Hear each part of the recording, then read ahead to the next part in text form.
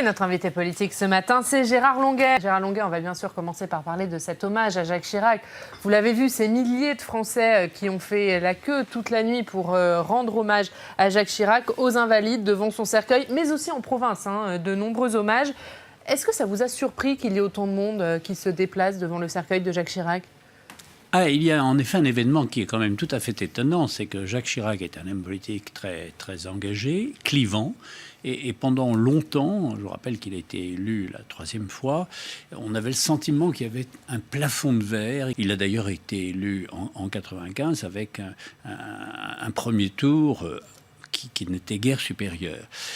Et puis, quand il a quitté le deuxième mandat, qui était un quinquennat, a commencé à changer son image et sa sortie des responsabilités l'a rendu attachant aux Français.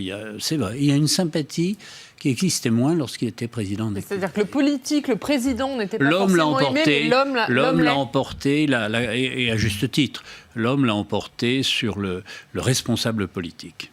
Et le responsable partisan en particulier. Vous étiez dans le gouvernement Jacques Chirac entre 86 et 88. Quel Premier ministre était Jacques Chirac ? Très direct, moi il m'a dit très clairement, la poste et le télécom c'est formidable, mais ça peut être la pagaille. Et tu fais ce que tu veux, mais je veux pas le bordel.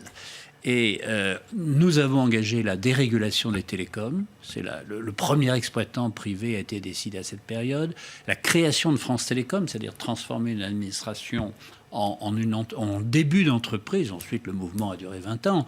Mais ce mouvement a été engagé dans un climat social qui était de dialogue. Et Jacques Chirac ne m'a jamais contredit, alors qu'il pensait exactement le contraire.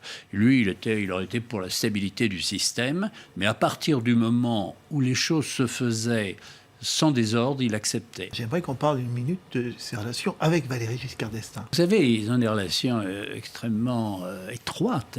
Je vous rappelle que Jacques Chirac a laissé tomber Chaban, dont il pensait qu'il ne pouvait pas gagner, au profit de Valéry Giscard d'Estaing, et ça a donné à Giscard, au président, au candidat Valéry Giscard d'Estaing, l'a boosté.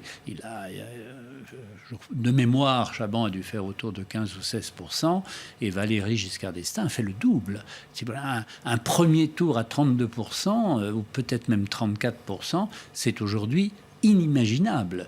Eh bien, Chirac a participé à cela. Valéry Giscard d'Estaing n'a pas été ingrat. Il a nommé Premier ministre. Mais je pense que les relations humaines entre les deux se sont dégradées très très rapidement pour 2 raisons.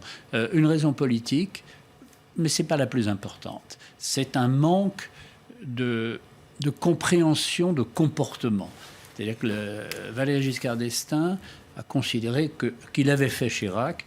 Et Jacques Chirac considérait, pas complètement à tort, qu'il avait fait Valéry Giscard d'Estaing.